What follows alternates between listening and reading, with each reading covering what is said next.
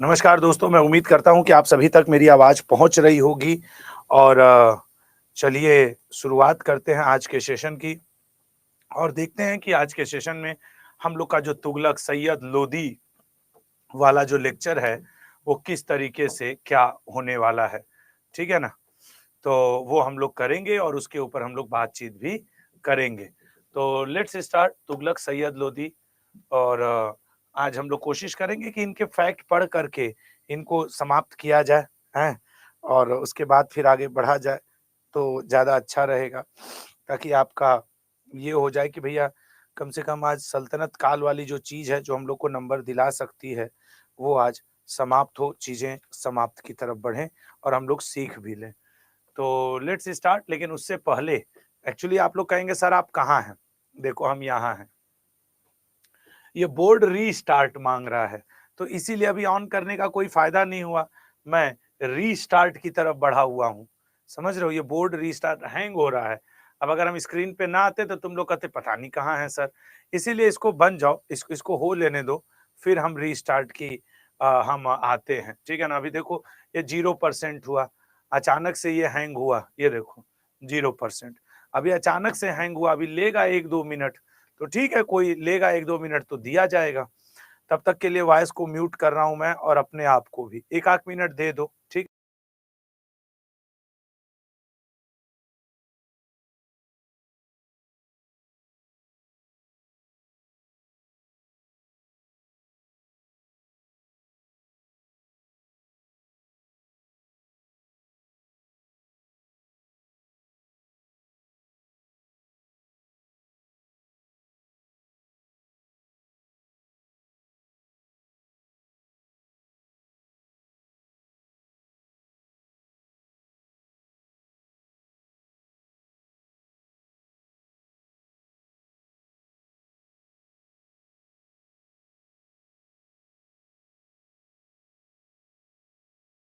सीधे नोट पे पढ़ा देता। ये इतना धीरे-धीरे होगा तो कब तक चलेगा? देखो यार, इससे पहले कि ये क्या हो, धीरे-धीरे अपडेट हो, देख रहे हो 9% हुआ इतनी देर में। तुम लोग को परछाई में एक व्यक्ति दिख रहा होगा ना उधर खड़े, ये आत्मा है, आत्मा। तो यही हैं, इनका नाम राजा है, राजा का गेम कहाँ गया? मयंक शर्मा। अच्छा तुम कुछ और पूछ रहे होगे, लेकिन ये इस बोर्ड की आत्मा देखो, यहाँ यहाँ खड़ी नहीं है बोर्ड की आत्मा, ये देखो, ये बोर्ड की आत्मा है, धीरे-धीरे हो रही है। आत्मा अपना हाथ ऊपर करो, करो आत्मा। नहीं कर रहा है, इसे किए खड़ा है। अरे यार अब हम क्या बोले? चलो 1-2 मिनट तब तक हाल-चाल कर लिया जाए कि क्या बात है, कैसे है। अब देखो आज तुगलक सैयद लोदी है। अब मुझको तुम लोग फंसा देते हो, रोज उसी में लगते हो कहानी सुनने, कहानी सुनने। आज मैं एकदम टिप टाप ढंग से खाली फैक्ट फैक्ट फैक्ट बताऊंगा, जो एग्जाम के लिए होगा, समझ रहे हो ना? वैसे हूँ यार, अब सर्दी जुकाम की मेरे को शुरुआत हो रही है, तो मैं उम्मीद करता हूँ कि 1-2 दिन तो बीमार पड़ूंगा ही पड़ूंगा। शायद आवाज से भी आप लोग को लग रहा होगा कि आजकल इनको दमा हो गया है, सही नहीं चल रहे हैं। लेकिन अब क्या करें, हम जल्दी-जल्दी बीमार थोड़ा पड़ जाते हैं, ठीक है ना? थोड़ा जल्दी-जल्दी बीमार पड़ जाते हैं। अब घर पे यहाँ मम्मी-वम्मी रहती, बढ़िया खाना-वाना बनता, तो आदमी खाता, ठीक है ना? वो सारी चीज़ें हैं। अरे यार इसको हटाओ यार, कैसे पढ़ावें हम? ये कै मिनट लेगा भाई? 30 मिनट, 30% हुआ अभी। पूरा कैंसल करके खाली नोट नहीं खोल के दे दो, मैं लिख-लिख के पढ़ा दूँगा। हेय! 0 हो गया का? अरे साला! देखो भैया, गुरुजी गोरखपुर आए हैं। हाँ यार आए हैं गोरखपुर हम। Gorakhpur railway station platform number 1 side से निकल करके वो एक फोटो स्टेट वाले का दुकान है, उसके यहाँ फोटो स्टेट उस्टेट करवाए हैं।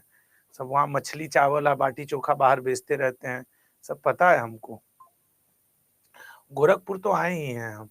गोरखपुर आए हैं, उसके जस्ट पहले जो काकोरी स्टेशन वो पड़ता है, कौन सा चौरी चौरा, वहाँ भी आए हैं, ठीक है ना? ये सब हम किए हैं। तो ये भाई ऑन हो जाओ भाई, प्रणाम। नहीं हो रहा है, देख रहे हो, सोच रहा है कि थोड़ा पटना आए हैं सर। हाँ पटना भी आए हैं यार, हम बहुत घूमे हैं यार, ऐसा कुछ नहीं है कि हमसे जो बचा। जौनपुर भी आए हैं सर, जौनपुर हमारे भैया का ससुराल है। कौन सा तो गांव है जौनपुर के पास, याद नहीं आ रहा है, लेकिन है, भैया का ससुराल जौनपुर में ही है, ठीक है ना। झारखंड नहीं आया हूं मैं, हरियाणा में तो हम समझ लो सुबह शाम ही रहते हैं। हावड़ा भी आए हैं। और देखो अब मैं राज्य गिना दे रहा हूं, तुम लोग गिनो। वेस्ट बंगाल गया हूं, जम्मू कश्मीर गया हूं, राजस्थान गया हूं, महाराष्ट्र गया हूं, उसके अलावा इधर बिहार गया हूं, यूपी गया हूं, मध्य प्रदेश गया हूं, छत्तीसगढ़ नहीं गया हूं, झारखंड नहीं गया हूं। अब ये है, ठीक है ना। पाकिस्तान तो आदमी रोजे सुबह 10 मिनट के लिए चला जाता है। बाथरूम को मैं पाकिस्तान का नाम रखा हूं। एक लोग पूछ रहे सर पाकिस्तान गए हो? रोज सुबह 4-5 मिनट के लिए आदमी पाकिस्तान चला ही जाता है, ठीक है। तो पाकिस्तान का क्या है, वहां तो आदमी रोज जा रहा है। ये बोर्ड आज चाह नहीं रहा है कि मैं पढ़ाऊं, ठीक है। ये बोर्ड आज चाह नहीं रहा है कि मैं पढ़ाऊं। देख रहे हो ना अत्याचार इसका। मेरी कोई गलती नहीं, कहीं कहीं से मेरा पेन चलने लगता तो मैं लिख दे। क्या हो रहा है यार, ऐसे थोड़ी होता है। एक गाना भी ऐसा है ना, ऐसा थोड़ी होता है प्यार में सब कुछ पैसा थोड़ी होता है। ऐसे है ना एक गाना कोई।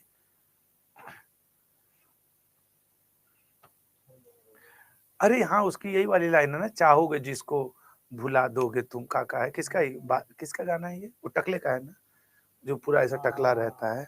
बी प्राक, बी प्राक, हाँ, वही है छुट्टी फुट्टी नहीं होगा, रुके रहो, बोर्ड आज ऑन होगा, बोर्ड ऑन होगा और मैं पढ़ाऊंगा। अच्छा है, ठीक है ना। ऑन हो गया क्या? देखो ये बोर्ड की आत्मा यहाँ खड़ी है, देख रहे हो ना ऐसे, ये देखो हिल रहा है आत्मा। यू आर 71%, 87%, 96%, शतक मार दे चौका लग जाएगा अभी। तालियों की गड़गड़ाहट रुका हुआ है, सिंगल लेने के चक्कर में है। आईपीएल का फाइनल है ये। देख, मारो यार चौका तुम लोग, 100% हो जाए। अब हम क्या करें इसमें? किसी आसान बॉलर को लगा दो यार। मारो मारो मारो चौका, एक 100% हो जाए। अब अगर मैं दूसरे हॉल में जाऊं तो भी 5-7 मिनट, सब हॉल सबके लिए बुक रहते हैं ना। नहीं, कुछ लोग सोच सकते हैं कि सर दूसरे हॉल में चले जाइए, तो लेकिन नहीं जा सकते, सभी स्टूडियो सभी के लिए बुक रहते हैं। एक बॉल पे 4 रन चाहिए, देखो किस ओवर में लगेगा ये।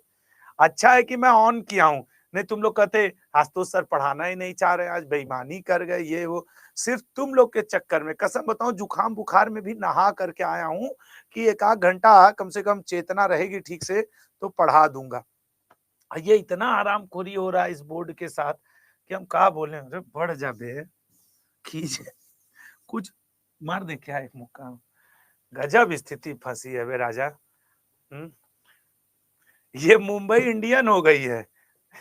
सीएसके आरसीबी में मैच है, मार दे एक मुक्का से धड़ से इसी पे ना, तो फट के बाद हो गया। देखिए आरसीबी मतलब जीतेगा, ठीक है ना, आरसीबी जीतेगा, क्योंकि देखो आरसीबी का नाम लिए ना तो ये आगे बढ़ गया, तो वो हो गया, ठीक है ना।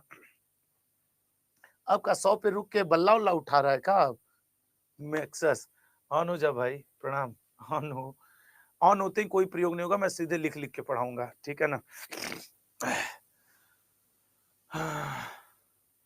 मोबाइल थोड़ी है कि इसे दबाए तो ऑन हो गया, बड़ा सा बोर्ड है, इतनी बड़ी मोबाइल, इसमें कई ठो समाज है। अच्छा बताओ, ये मोबाइल महंगी होगी कि ये स्क्रीन?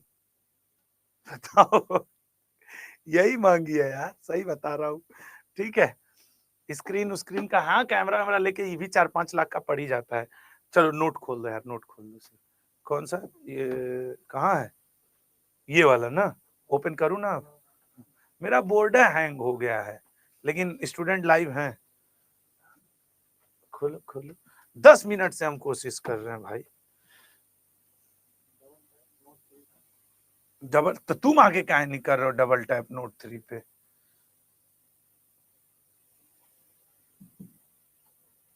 इस पे से भी ओपन नहीं हो रहा, बोर्ड ही खराब हो गया हमें लग रहा है। तो ठीक है ना, किसी पे भी पढ़ा दूंगा यार, कोई तो खुल जाए बस। ये लीजिए सर। कलर इसका चेंज होगा, बैकग्राउंड यहाँ से होता है ना, कर दो तो। थर्ड ये और ब्लैक कर दो, बस ठीक है। धन्यवाद, आप न होते तो आज हम कहाँ से कहाँ होते। फिर अपने शर्ट के कलर का कर दिए ये। देखो ई वाले जो मास्टर साहब हैं अंग्रेजी में हिस्ट्री पढ़ाते हैं, कई तो होते हैं कहते हैं अंग्रेजी में पढ़ाइए। कहाँ से पढ़ावे हमको जब नहीं आता है तो? वो तो आप है ना।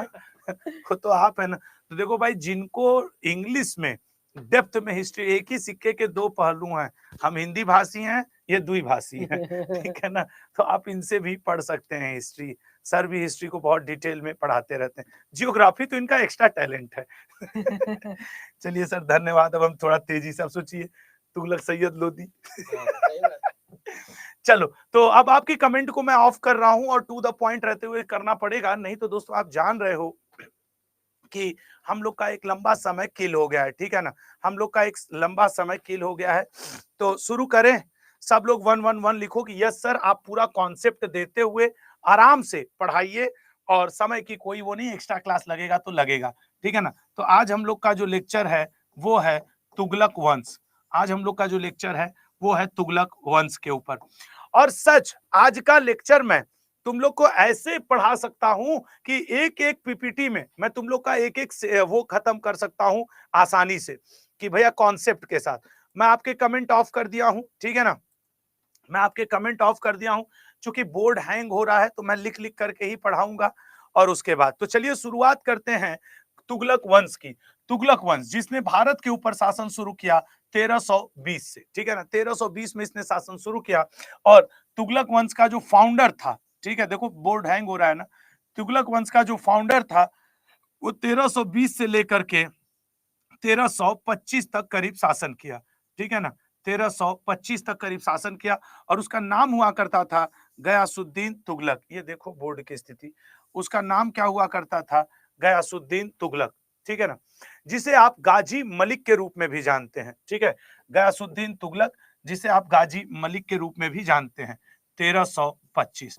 और इसी व्यक्ति को आप किस नाम से जानते हैं? गयासुद्दीन तुगलक। इसने तुगलक वंश की स्थापना की और फेमसली इसको हम लोग गाजी मलिक भी कहे, तुगलक। इस व्यक्ति को he took the title of Ghazi Malik, he known as the Ghazi Malik. अब गाजी मलिक जो था वो शासक के रूप में बैठ चुका था और इसने जिस वंश की, ये 1320 से 1325 तक ही शासन किया।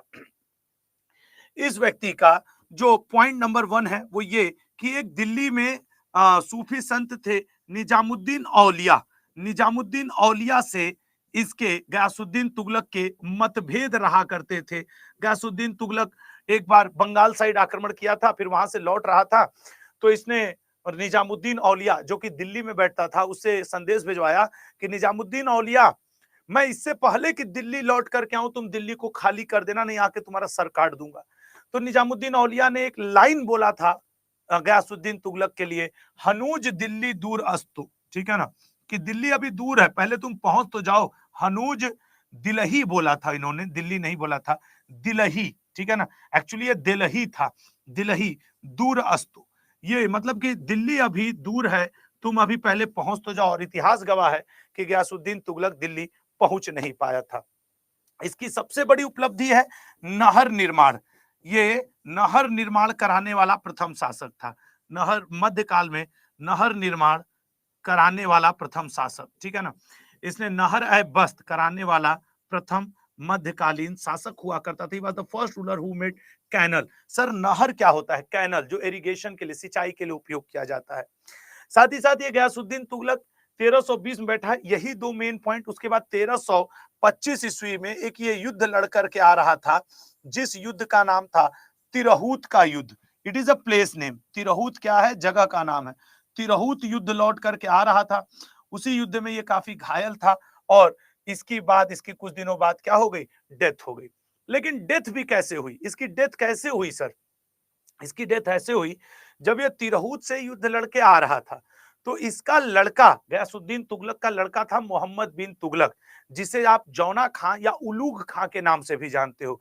वो जो व्यक्ति था जौना खां, ठीक है ना, ये जो जौना खां था, इसने, या इसी को आप कहते हैं मोहम्मद बिन तुगलक, मोहम्मद बिन तुगलक। ठीक है ना, मोहम्मद बिन तुगलक, ये ठीक है ना, ये जो मोहम्मद बिन तुगलक हुआ करता था, इसने अपने पिता गयासुद्दीन तुगलक के लिए ये बोला कि पापा आप बंगाल से आ रहे हो, रास्ते में पड़ेगा आपके क्या ये इलाहाबाद, मानिकपुर, तो एक बार आप हमसे मुलाकात कर लीजिए। आप थके हारे आ रहे होंगे युद्ध जीत करके, हम आपका वहां पे स्वागत करना चाहते हैं। तो गयासुद्दीन तुगलक ने कहा ठीक है। अब इलाहाबाद के पास कड़ा मानिकपुर में एक लकड़ी का मंच बना, लकड़ी के ये पिलर्स लगाए गए, लकड़ी का मंच बना और उसके सामने एलिफेंट रेस हाथी दौड़ का आयोजन किया गया। उस हाथी दौड़ में गयासुद्दीन तुगलक अपना बकायदे मंच पे बैठ करके इसका आनंद ले रहे थे स्वागत में। लेकिन एक हाथी इसी में घुस गई, एक हाथी इसी में घुस गई और ये लकड़ी का जो महल था या जो लकड़ी का महल या लकड़ी का जो मंच बना हुआ था वो क्या हो गया, वो गिर गया। गिरने की वजह से गयासुद्दीन तुगलक घायल हो गया और उसके बाद उसकी 1325 के लास्ट में डेथ हो गई। जब डेथ हुई तो कुछ इतिहासकारों ने कहा यह जौना खां उर्फ मोहम्मद बिन तुगलक का एक षड्यंत्र है। कुछ इतिहासकारों ने कहा नहीं, ये कोई षड्यंत्र नहीं था, इट्स ओनली अ कोइंसिडेंस, ये महज एक संयोग था। व्हाटएवर, जौना खां अब अगला शासक बनता है। कौन अगला शासक बनता है? जौना खां। और इसी के बारे में हम लोगों को अगला पढ़ना है। गयासुद्दीन तुगलक से विश्वास करना इस 3 पॉइंट 4 पॉइंट से ज्यादा नहीं पूछता है। आइए अब हम लोग देखते हैं मोहम्मद बिन तुगलक, जिसे आप मूर्ख शासक, इसका नाम हुआ करता था मोहम्मद बिन तुगलक, ठीक है ना, मोहम्मद बिन तुगलक। ये व्यक्ति शासक के रूप में 1325 में अपने राजगद्दी पे बैठा और करीब 1351 ईस्वी तक ये शासक करता रहा। इस व्यक्ति को मूर्ख शासक या पागल शासक, मैड रूलर भी कहा जाता है, मूर्ख शासक भी कहा जाता है। इस व्यक्ति को पागल शासक, मैड रूलर भी कहा जाता है, सनकी शासक भी कहा जाता है। इसके निर्णयों की वजह से, जबकि इतिहास का सबसे ज्यादा पढ़ा लिखा शासक यही था। इसको अपने युग का अरस्तु भी कहा जाता है, Aristotle of their own era, अपने युग का अरस्तु मतलब Aristotle of their own era, ये भी कहा जाता है। ये उसके अलावा ये जब एक बहुत बड़ा मुद्रा शास्त्री हुआ करता था, इसका ओरिजिनल नाम की बात करें तो अब्दुल मजाहिद हुआ करता था। ओरिजिनल नाम क्या हुआ करता था? अब्दुल मजाहिद, ठीक है ना, उर्फ यहां पे लिख दे रहा हूं जौना खां। इसका बचपन का नाम जौना खां भी था और इसका एक और नाम था अब्दुल मजाहिद। मुझे विश्वास है आप लोग में से बहुत कम लोगों को पता होगा, अब्दुल मजाहिद भी इस व्यक्ति का नाम हुआ करता था, अब्दुल मजाहिद। इसी के ये शेख अलाउद्दीन का शिष्य था। ये किसका शिष्य था? शेख अलाउ। कई बार पूछता है कि मोहम्मद बिन तुगलक किसका शिष्य था? शेख अलाउद्दीन। अब ये क्वेश्चन एसएससी, रेलवे सब करते हैं और मैक्सिमम लोग आंसर नहीं कर पाते। शेख अलाउद्दीन का शिष्य था, he was the pupil of Sheikh Alauddin. यह शेख अलाउद्दीन का मोहम्मद बिन तुगलक शिष्य था। इसने मुख्य रूप से 4 चीजें चलाई थी अपने लाइफ में और चारों जो इसके अभियान थे वो फेल थे, योजनाएं फेल थी। यही वजह है कि इसे मूर्ख शासक या पागल शासक कहा जाता है। जैसे अगर इसके योजनाओं में मैं बात करूं कि इसकी योजनाओं में इसका नंबर 1 योजना था कराची अभियान। ये क्या है सर? कराची अभियान। मेरे भाई ये कराची अभियान एक प्रकार का युद्ध अभियान था जो इसने चलाया था। कहां पे? आपके अफगानिस्तान से आगे एक आपके क्या हुआ करता था, क्या उसको, पहाड़ी इलाकों में, हाँ शब्द सही है, पहाड़ी इलाकों में हिमाचल प्रदेश साइड एक जगह हुआ करता था, उसको मुक्त कराने के लिए इसने कराची अभियान चलाया था, लेकिन ये इसका फेल रहा। इसका दूसरा अभियान था खुरासन अभियान। ये था आपके वहां पे क्या कहा जाता है, अफगानिस्तान साइड मंगोलों के कब्जे में। मंगोलों के कब्जे से खुरासन छुड़ाने के लिए इसने जो अभियान चलाया वो खुरासन एक्सपेंडिचर था, अभियान था, चढ़ाई था, लेकिन वो भी इसका फेल रहा। इसने एक किया था राजधानी परिवर्तन, कैपिटल शिफ्ट। इसने राजधानी परिवर्तन दिल्ली से दौलताबाद किया था, ठीक है ना। कहां पे किया था? तो ये राजधानी परिवर्तन किया था दिल्ली टू दौलताबाद या फिर देवगिरी। दिल्ली से इसने दौलताबाद और फिर दौलताबाद से दिल्ली, दौलताबाद। इसी दौलताबाद को देवगिरी के नाम से भी जाना जाता है, देवगिरी पहले जाना जाता था। यह भी इसका अभियान फेल था, राजधानी परिवर्तन। चौथा इसने किया था टोकन करेंसी। टोकन करेंसी मतलब आपके सांकेतिक मुद्रा जारी किया था। सांकेतिक मुद्रा मतलब कहा था कि चांदी के सिक्के को आप पीतल के सिक्के को चांदी का मान के बिजनेस करो, तो सबके पास पीतल उतल के तांबे के सिक्के थे, सब चांदी के सिक्के जैसा उसको ट्रीट करने लगे। फिर इसको अपना सांकेतिक मुद्रा का जो आदेश दिया था वो भी वापस लेना पड़ा। तो कराचिल भी एक युद्ध अभियान था, खुरासन भी एक युद्ध अभियान था, राजधानी परिवर्तन भी इसका फेल रहा, सांकेतिक मुद्रा चलाया वो भी मोहम्मद बिन तुगलक का फेल रहा। यही नहीं, जबकि इस व्यक्ति ने ऐसा नहीं है, बड़े अच्छे अच्छे भी काम किए हैं। फॉर एग्जाम्पल, इस व्यक्ति ने सोंधार और तकावी नाम के दो लोन भी अलाउ किए थे। सोंधार तकावी, ठीक है ना, सोंधार और तकावी ये दो क्या थे सर? कृषि ऋण थे या कृषि लोन थे जो एक किसानों को देता था कि अगर आपके यहाँ सूखा पड़ जाए तो आप सोंधार और तकावी नाम का लोन लेकर के अपना एग्रीकल्चर कर सकते हैं। जबकि ये वो पहला शासक था जिसने नॉर्थ इंडिया और साउथ इंडिया को एक करने की कोशिश की। North India plus south India एकीकरण, यूनिफिकेशन करने की कोशिश। North India plus south India का एकीकरण मतलब यूनिफिकेशन, एकीकरण का प्रयत्न किया, ठीक है ना। He was the first ruler who try to unification of South India and North India but not successful. ये पहला था।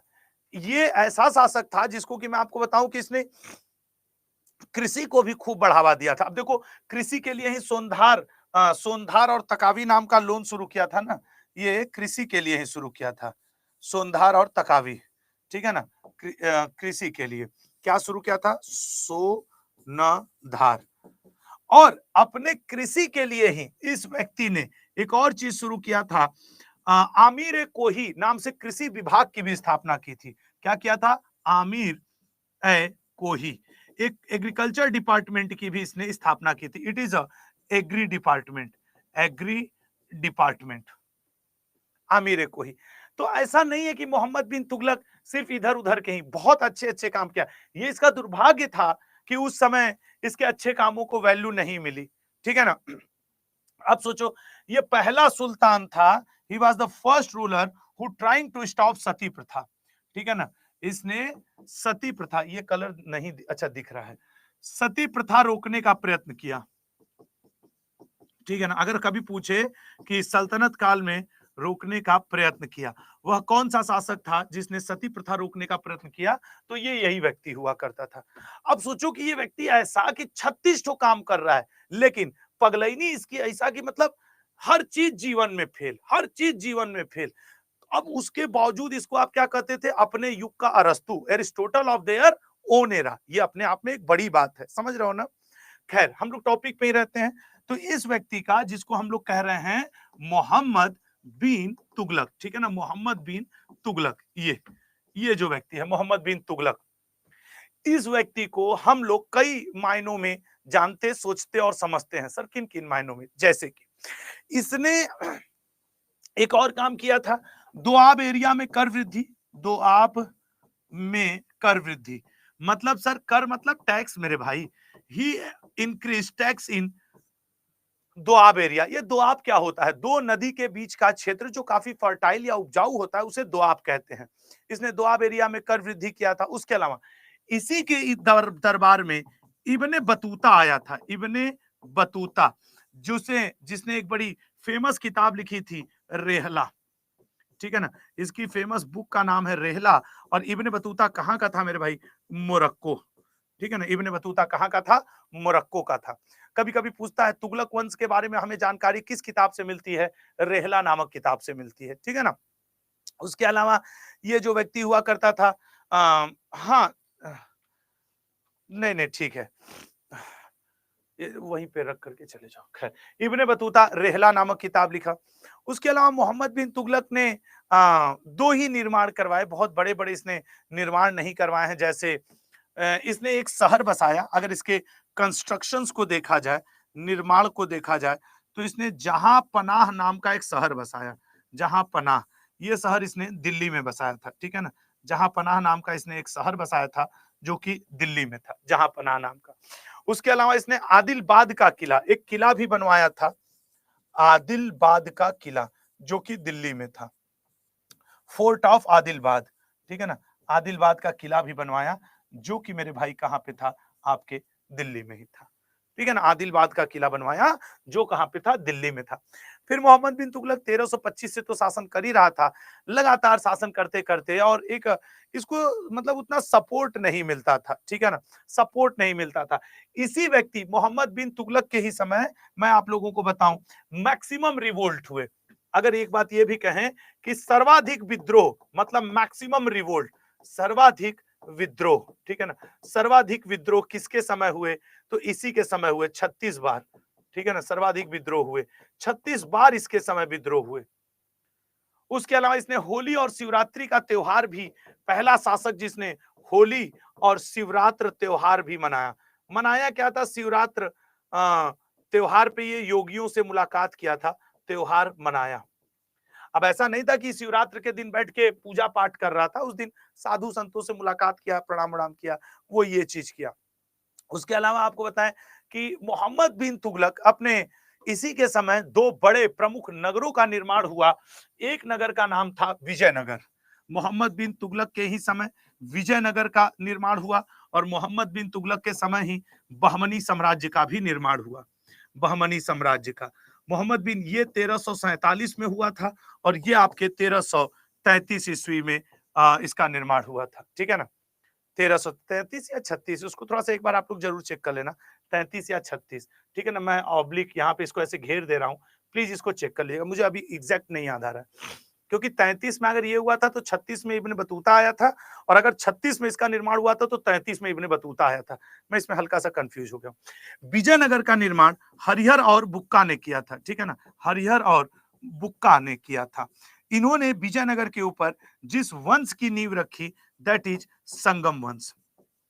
संगम वंश, बहमनी साम्राज्य का निर्माण 1347 ईस्वी में हसन गंगू ने किया था। हसन गंगू ने, ये व्यक्ति अपना नाम रख लिया था बहमन शाह, ठीक है ना, बहमन शाह, और बहमन शाह के नाम से इसने बहमनी साम्राज्य की स्थापना की थी। फिर पूरे 1333 में ये और 1347 में ये, इन दोनों के बीच में जो वो आपके एरिया है, ऐसे अगर साउथ इंडिया बना दिया जाए तो ये वाला जो एरिया है उसको लेकर के लड़ाई शुरू हुई, इस एरिया को, कि इस एरिया पे कब्जा किसका रहेगा। एक साइड साउथ इंडिया के विजयनगर और एक साइड साउथ इंडिया के बहमनी। इस बात को लेकर के इनमें हमेशा 1349 से लड़ाई शुरू हो गई, और कई बार हुई। 1349 से होते होते होते होते बात पहुंची 1565 ईस्वी में, और उस 1565 ईस्वी के युद्ध को हम लोग कहते हैं तालीकोटा का युद्ध, ठीक है, उसे हम लोग कहते हैं तालीकोटा का युद्ध, या फिर उसे हम लोग कहते हैं बनीहट्टी का युद्ध, या फिर उसे हम लोग कहते हैं राक्षसी तांगड़ी का युद्ध। ये सब एक ही युद्ध के नाम है, राक्षसी तांगड़ी का युद्ध, या फिर उसे हम कहते हैं कृष्ण का युद्ध, कृष्ण का युद्ध, ये सब एक ही युद्ध है। और इस बैटल में, बैटल ऑफ कृष्ण, या इसमें या लिख लो, ठीक है ना, या ये सारा युद्ध हुआ 1565 ईस्वी में, और इसमें विजयनगर हार गया और बहमनी जीत गए, ठीक है ना, विजयनगर। और उसके बाद विजयनगर के ऊपर लाइन से सबसे पहले विजयनगर पे किस वंश ने शासन किया था, संगम वंश। फिर उसके बाद सालू वंश, ठीक है ना, सालू या सुलू वंश, सालू वंश ने। उसके बाद जिसने किया उसका नाम था तुलु वंश, और उसके बाद जिसने किया उसका नाम था, इस युद्ध के बाद 1565 के बाद इन बहमनियों ने विजयनगर के ऊपर जिस वंश की स्थापना की उसका नाम था आरवीडू वंश।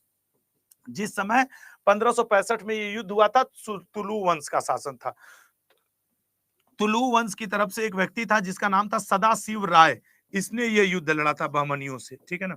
अगर कभी डेप्थ में चला जाए, अब पूछे कि जिस समय कृष्ण या बनीहट्टी का युद्ध हुआ था, कौन लड़ा था, तो कौन सा वंश था उस समय विजय नगर के ऊपर, तो विजयनगर के ऊपर तुलु वंश था, और उसका राजा कौन था, सदाशिव राय। बहमनी लोग 4 भाग में बढ़ गए थे, गोलकुंडा, बीदर, बरार, ऐसे 4 भाग में। चलिएगा, तो ये आपके किस्से है मोहम्मद बिन तुगलक से, ठीक है। फिर मोहम्मद बिन तुगलक की 1351 में मृत्यु होती है, और उसके मृत्यु के बाद उसका भाई शासक बनता है, चचेरा भाई, जिसका नाम रहता है फिरोज शाह तुगलक, ठीक है ना। अब इस व्यक्ति का नाम रहता है, जो कि अगला शासक बनता है, फिरोज शाह तुगलक। ये इतना नालायक था काम तो इसने बहुत सारे किए लेकिन धर्म विशेष के लिए किए, इसलिए इतिहास में इसके समय को इतिहास का सबसे भ्रष्ट काल, most corrupted time period of Indian history कहा जाता है। तो मोहम्मद बिन तुगलक का जो समय था, इसका फिरोज शाह तुगलक का, वो 1351 ईस्वी से शुरू होकर के करीब करीब 1387 ईस्वी तक चला। और इस टाइम को हम लोग इतिहास का भ्रष्ट काल भी कहते हैं। इंग्लिश में क्या कहेंगे सर? इंग्लिश में कहेंगे करप्टेड टाइम पीरियड, ठीक है ना, corrupted time period, most corrupted time period of Indian medieval history.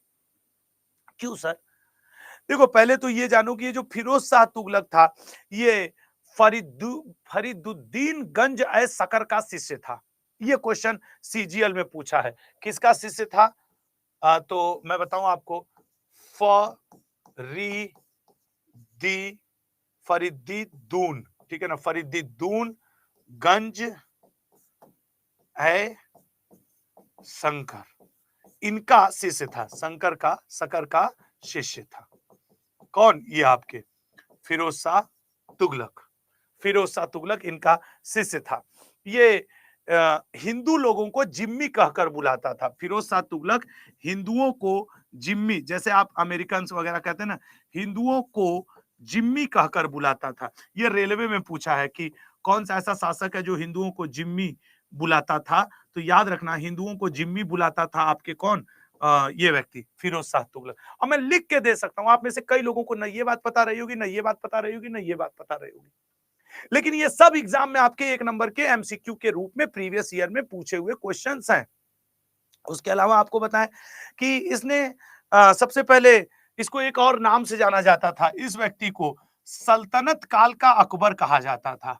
सल्तनत काल का अकबर। अब आप कहोगे सर इतने बड़े व्यक्ति से इसकी तुलना की गई और आप कह रहे हैं इसका टाइम सबसे भ्रष्ट था। मैं कहूंगा हाँ, रीजन, इसने काम अकबर जैसे किए लेकिन एक जाति विशेष के लिए कट्टर टाइप का था, इसलिए टाइम पीरियड को भ्रष्ट कहा गया। फॉर एग्जाम्पल, अब देखो इसके अगर हम लोग काम देखें तो इसने एक हॉस्पिटल बनवाया दारुल सिफा नाम से। दारुल सिफा, ये इसके निर्माण है। अब दारुल सिफा क्या था sir? It is a hospital, अस्पताल था, लेकिन सिर्फ किसके लिए? मुस्लिम लोगों के लिए, कि दारुल, ठीक है ना, पूरा फिर से लिख देता हूं, दारुल सिफा इसने जो बनवाया वो किसके लिए बनवाया? तो सिर्फ मुसलमान लोगों के लिए। उसमें कोई हिंदू उपचार के लिए नहीं जा सकता था, दारुल सिफा। उसके अलावा इसने कई विभाग बनाए, जैसे एक इसने रोजगार विभाग भी बनवाया, लेकिन इस एम्प्लॉयमेंट ब्यूरो में सिर्फ मुस्लिम लोगों को ही नौकरी मिलेगी। इसने एक कंस्ट्रक्शन डिपार्टमेंट, निर्माण विभाग के भी शुरुआत की, लेकिन इसमें भी नौकरी सिर्फ मुस्लिम लोगों को मिलेगी, ठीक है ना। उसके अलावा इसने एक पेंशन विभाग, दीवान इस्तिहाक भी शुरू किया, लेकिन इसमें पेंशन किसको मिलेगी? सिर्फ मुस्लिम सैनिक को मिलेगी। इस्तिहाक, इट इज अ पेंशन विभाग, ये पूछता है, ठीक है ना, कि ये क्या है? पेंशन विभाग है। उसके अलावा दीवान है खैरात, मतलब दीवान खैरात का मतलब है मेरे लल्ला कि डोनेशन डिपार्टमेंट एक प्रकार का, ठीक है ना। दीवान खैरात, it is a donation department. अब दीवान खैरात एक डोनेशन डिपार्टमेंट है जिसमें ये दान विभाग, मतलब डोनेशन डिपार्टमेंट, इसमें ये पैसे दान देता था, लेकिन सिर्फ मुस्लिम महिलाओं और लड़कियों के लिए जो अनाथ या विधवा हुआ करती थी। उसके अलावा इसने एक विभाग बनाया था दीवान बंदगान, एक इसका विभाग का एक इसके विभाग का नाम हुआ करता था दीवान बंदगान, ठीक है ना, दीवान बंदगान। ये क्या था? It is a slave department, ये एक बंदी विभाग था जहां ये गुलामों और नौकरों को रखता था। तो विभाग और निर्माण तो इसने कई करवाए, ठीक है ना, विभाग और निर्माण तो इसने कई करवाए, लेकिन सब के सब एक धर्म ओरिएंटेड थे। अच्छा, यही नहीं, ये व्यक्ति जो है ये सर्वाधिक जाना गया है किसके लिए? शहर निर्माण के लिए। इसने जौनपुर शहर बसाया। जौनपुर, जौनपुर किसकी याद में बसाया?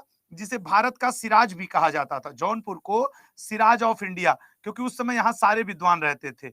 ये जौना खां की याद में, अपने बड़े भाई जौना खां की याद में इसने एक शहर बसाया। जब इसका बड़ा भाई जौना खां मोहम्मद बिन तुगलक मर गया तो ये अपने भाभी से प्यार करता था। भाई ये भी यंग एज में था। मोहम्मद बिन तुगलक ओल्ड एज में हुआ था, उसके बाद उसने एक यंग एज की लड़की से शादी कर ली थी, लगभग अपने से 15-20 साल छोटी। तो उसकी चक्कर में ही देवर साहब पड़े हुए थे। तो जब भैया मर गए तो कहा भैया मर गए उनकी याद में जौनपुर, तो भाभी तुमसे भी तो हम मोहब्बत किए, तुम्हारी याद में भी एक शहर बसा देते हैं। इसकी भाभी का नाम था हिसारा खां। इसने हरियाणा में एक शहर बसाया हिसार। फिर एक दिन अपनी भाभी से बोला भाभी लव यू, भाभी बोली लव यू टू। कहा भाभी शादी कर ले, कहा एकदम तैयार है हम। अब इसने अपनी भाभी से शादी कर लिया तो पति पत्नी हो गया, तो अपना नाम फिरोज और पत्नी का नाम हिसार, फिरोज हिसारपुर नाम का शहर बसाया। फिर सोचा यार भैया के नाम पे हो गया, भाभी के नाम पे हो गया, मेरे और मेरे वाइफ के नाम पे हो गया, एक शहर अपने नाम पे बसा दें। तो ही एस्टेब्लिश्ड फिरोजपुर। फिरोजपुर इसने अपने इतिहास में यहां नोट करके लिख लेना, लगभग 300 शहर बसाए। ठीक है ना, लगभग 300 शहर बसाए। और ऐसा नहीं होता था कि जाके ईंटा गिट्टी बालू पत्थर गिरवाता था, शहर रहते ही थे, बस नाम तो देना था, बस वहां लोगों को भेज देता था जाओ अब तुम यहां रहोगे यहां रहोगे। लगभग 300 शहर बसाए इस व्यक्ति ने। ठीक है ना। उसके अलावा जब ये शासन करने लगा था मोहम्मद बिन तुगलक, तो इस व्यक्ति ने अशोक का जो अभिलेख था मेरठ वाला, मेरठ और टोपरा, ये कहां पे है टोपरा सर? ये अंबाला डिस्ट्रिक्ट हरियाणा में पड़ता है। ठीक है ना, अंबाला डिस्ट्रिक्ट हरियाणा। ठीक है ना, अंबाला डिस्ट्रिक्ट हरियाणा। और मेरठ आपके उत्तर प्रदेश में पड़ता है। मेरठ और टोपरा अभिलेख को, ये जो कि अशोक का अभिलेख, अशोक अभिलेख, ठीक है ना, अशोक का जो अभिलेख था एंशिएंट हिस्ट्री का, उस अभिलेख को दिल्ली लाने वाला शासक कौन था? मोहम्मद बिन तुगलक, फिरोज शाह तुगलक। कई बार ये क्वेश्चन आता है कि मेरठ और टोपरा अभिलेख को, जो कि अशोक का अभिलेख था, इंस्क्रिप्शन था, उसको दिल्ली लाने वाला शासक कौन था? तो यही हुआ करता था। ठीक है ना। उसके अलावा इसने कई प्रकार के सिक्के भी चलाए। ही इशूड अद्धा नाम का सिक्का चलाया, विख नाम का सिक्का चलाया, और अद्धा एंड विक कॉइन्स। ठीक है ना। He issued two type of coins, ऐसे लिख दो, he issued two type of coins, one is namely Adha and second one is विक। अद्धा और विक से इसने अपने सिक्के भी चलाए। उसके अलावा इस व्यक्ति ने अपनी खुद की आत्मकथा भी लिखी थी। ठीक है ना, जिसको आप लोग क्या कहते हो? Futuhat e Firoz Shahi. It is an autobiography. Futuhat e Firoz Shahi, Futuhat है Firoz Shahi. This is the autobiography. ये क्या है? आत्मकथा है जो इसने खुद लिखी थी। ठीक है, आत्मकथा। उसके अलावा इसके तारीख है फिरोज शाही, इसके ऊपर बर्नी ने लिखा। ठीक है ना, बर्नी की किताब, बर्नी इतिहासकार है, बर्नी की बुक। ठीक है ना, बर्नी की बुक इसके लिए लिखी गई है। तारीख है फिरोज शाही, जिसमें इसके बारे में बताया गया है। तारीख है फिरोज शाही। ठीक है ना, तारीख है फिरोज शाही, बर्नी की किताब है जिसमें इसके बारे में बताया गया है। ठीक है ना। तो ये सब है आपके फिरोज शाह तुगलक के बारे में। फिर फिरोज शाह तुगलक की 1387 में मृत्यु होती है, और जो आखिरी शासक इसका इस वंश का रूलर बनता है, उसका नाम रहता है नासिरुद्दीन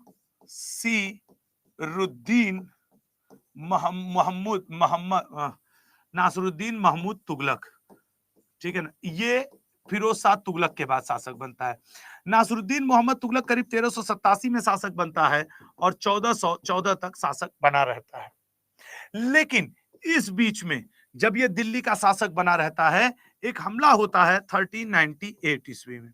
हमला करने वाला था तैमूर लंग, जिसे आप लंगड़ा शासक या उज्बेक शासक भी कहते हैं। तैमूर लंग, इस व्यक्ति को आप लंगड़ा शासक के नाम से भी जानते हैं। किस नाम से? क्योंकि ये एक पैर से लंगड़ा था, इसे लंगड़ा शासक या उज्बेक शासक भी कहा जाता है। क्यों उज्बेक शासक कहा जाता है सर? क्योंकि ये क्या था? उज्बेकिस्तान का था। ये उज्बेकिस्तान का था। इसने भारत पे हमला किया और हमला करके नसरुद्दीन महमूद तुगलक को हरा दिया। तो हराने के बाद इसने नसरुद्दीन महमूद तुगलक से तैमूर लंग ने कहा कि सुनो, मैं तुम्हें जिंदा छोड़ देता हूं, लेकिन तुम मेरे देश उज्बेकिस्तान टैक्स भेजते रहना। ये बोला ठीक है, मरने से तो अच्छा है टैक्स भेजते रहो। अब तैमूर लंग को इसके ऊपर भरोसा नहीं था, तो तैमूर लंग ने क्या किया, इसके लिए अपना एक व्यक्ति खिज्र खां नाम का एक व्यक्ति जो कि सेनापति के रूप में तैमूर लंग ने यहीं पे छोड़ दिया कि देखो ये टैक्स भेजने में बेईमानी ना करे। खिज्र खां इसके सेनापति के रूप में यहां रुक गया।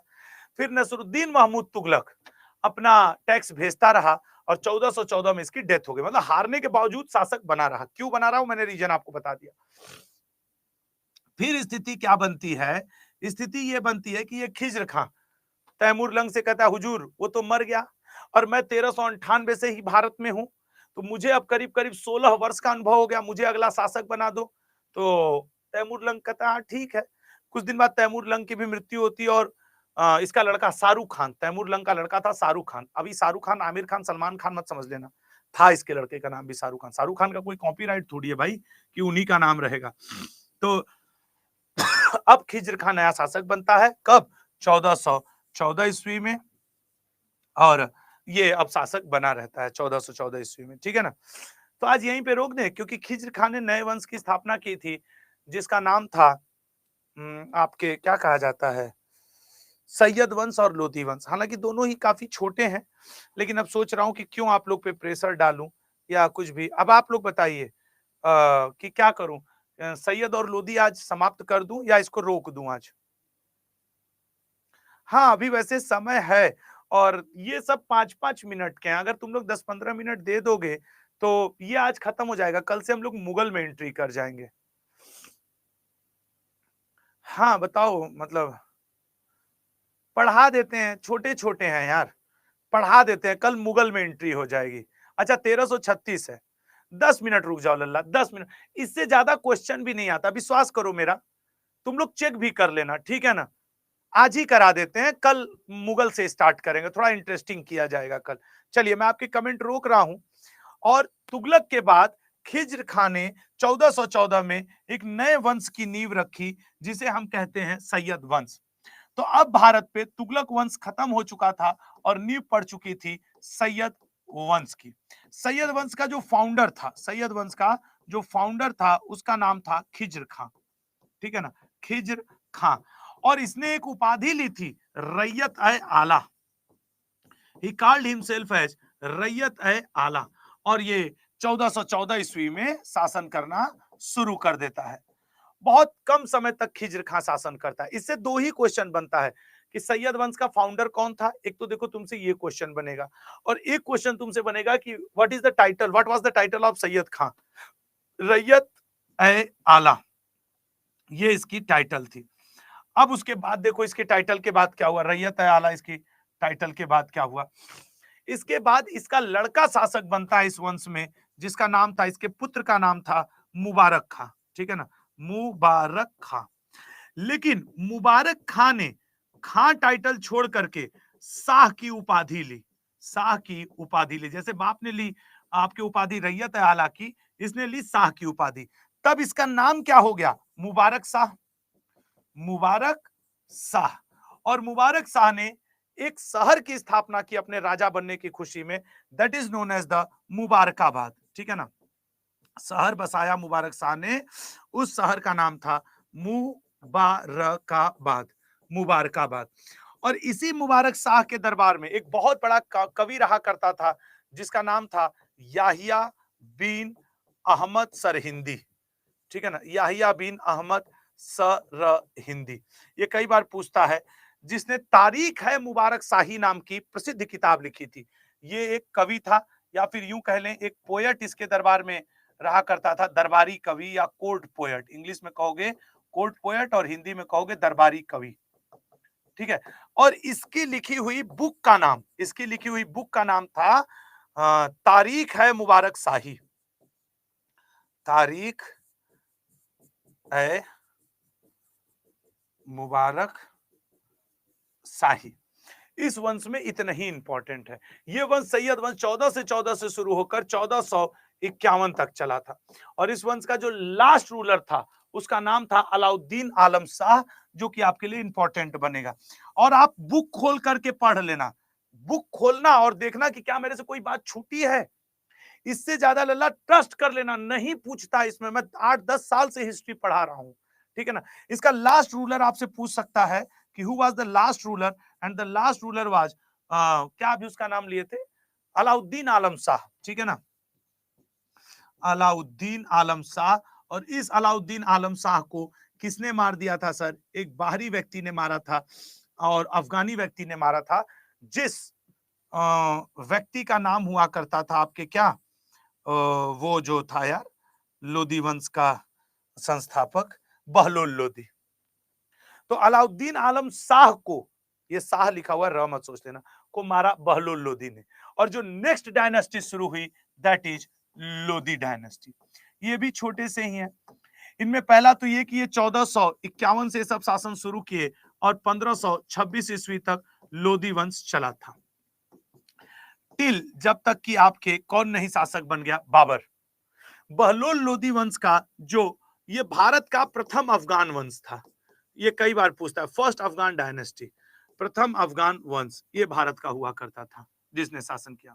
इसका जो फाउंडर है जिसे आप कहते हैं क्या, बहलोल लोदी।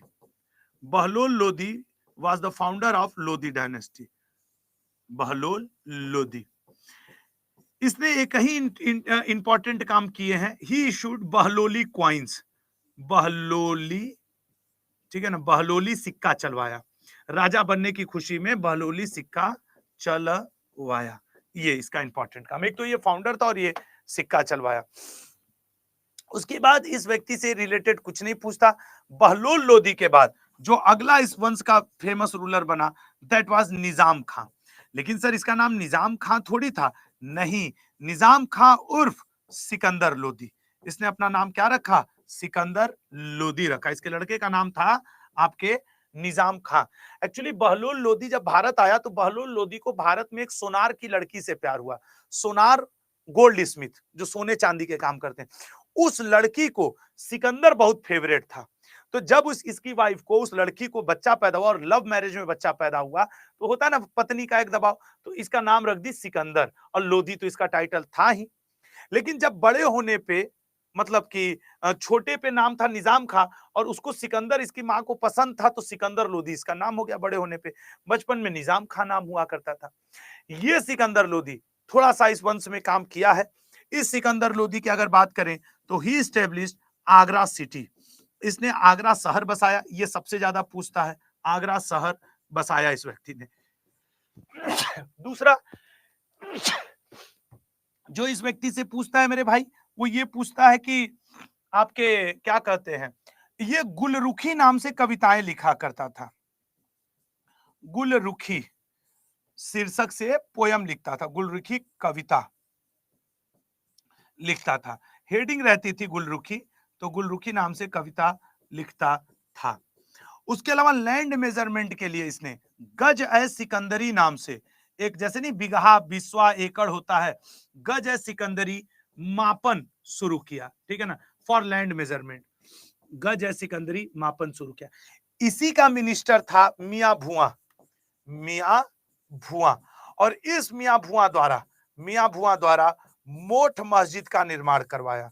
मोठ मस्जिद ये दिल्ली में है, मोठ मस्जिद बनवाया। तो कई बार ये क्वेश्चन आता है कि मोठ मस्जिद किसने बनवाया था, मियां भुआ ने। मियां भुआ कौन था, तो वो सिकंदर लोदी का आपके सेनापति हुआ करता था। फिर बाद में सिकंदर लोदी को गले का कैंसर हो गया, गले के कैंसर की वजह से सिकंदर लोदी की डेथ हो जाती है। और सिकंदर लोदी के बाद इनका भाई शासक बनता है, दैट वाज इब्राहिम लोदी, इब्राहिम लोदी। और सभी को पता है इब्राहिम लोदी से सिर्फ यही बात पूछता है कि भाई साहब लड़े थे 1526 में पानीपत प्रथम युद्ध, और पानीपत प्रथम युद्ध में इनकी क्या हुई थी, डेथ हुई थी, किसके अगेंस्ट, बाबर के अगेंस्ट। इन्होंने 1526 में पानीपत का, और इनसे रिलेटेड इन्होंने एक और युद्ध लड़ा था, खतौली का युद्ध, राणा सांगा के अगेंस्ट 1518 ईस्वी में। एक्चुअली 17-18 इसका सेशन है, खतौली युद्ध, वो इन्होंने लड़ा था राणा सांगा के विरुद्ध, ठीक है, राणा सांगा के विरुद्ध। और राणा सांगा के विरुद्ध हुए इस युद्ध में राणा सांगा जीता था वर्सेस इब्राहिम लोदी, इब्राहिम लोदी हारा था, ठीक है ना, इब्राहिम लोदी, इब्राहिम लोदी इस युद्ध में हारा था। 1556 वाला आपको पता ही है कि बाबर वर्सेस इब्राहिम लोदी, ठीक है ना, इब्राहिम लोदी। और इस युद्ध में बाबर जीता, इब्राहिम लोदी हारे। इब्राहिम लोदी का 1526 के पानीपत के युद्ध में किसने साथ दिया था? ग्वालियर के राजा ने, जो इसका दोस्त था। इब्राहिम लोदी युद्ध मैदान में मारा जाने वाला प्रथम शासक था, युद्ध मैदान में, ठीक है ना, मारा जाने वाला प्रथम शासक, वो भी मध्यकाल में, ठीक है ना, प्रथम शासक ड्यूरिंग मध्यकाल, ऐसा नहीं कि एंशिएंट में, मध्यकाल, ठीक है ना, मध्यकाल में। फिर 1526 में आपको अच्छे से पता है कि शासक बनके कौन आ जाता है? बाबर, जिसके बारे में हम लोग इवन पानीपत के बारे में भी हम पढ़ाऊंगा, इसमें बहुत सारे फैक्ट्स हैं, लेकिन वो बाबर में पढ़ाया जाएगा, ठीक है ना। तो बस आज के लिए इतना ही, ये छोटे छोटे थे इसलिए आज इनको कवर करना जरूरी था, बाकी हम लोग अपनी कहानी और कॉन्सेप्ट को जारी रखेंगे। तो आज के लिए इंपॉर्टेंट और जितने भी पॉइंट्स थे मैंने आपके कवर किए हैं, और इससे ज्यादा डेप्थ में जाने की कोशिश मत करना। खोजोगे भी तो शायद एक आंख मिल जाए, तुम खोज भी लोगे ना तो शायद एक आंख मिल जाए, लेकिन टू द पॉइंट पढ़ाया हूं, अकॉर्डिंग टू सिलेबस पढ़ाया हूं। बस हाँ, आज इतना जरूर किया हूं कि मैंने कहानी नहीं सुनाई, क्योंकि मेरी तबीयत खराब चल रही है। मैं नहा करके इसलिए आया था कि जैसे नहाने के बाद थोड़ी देर एनर्जी नहीं रहती है, वो मेंटेन रहे, मैं आप लोग को पढ़ा सकूं। हो सकता है कि एक आध दिन में तबीयत भी खराब हो, जब खराब होगी तो देखी जाएगी। फिलहाल आज के लिए नमस्ते, ठीक है ना। यामी दुग्गल जी कह रही हैं सर नाम ले लो, यामी यामी यामी यामी गौतम। ठीक है, चलो bye bye, thank you so much, जय हिंद जय भारत। फीडबैक देते हुए जाना लल्ला, ठीक है ना।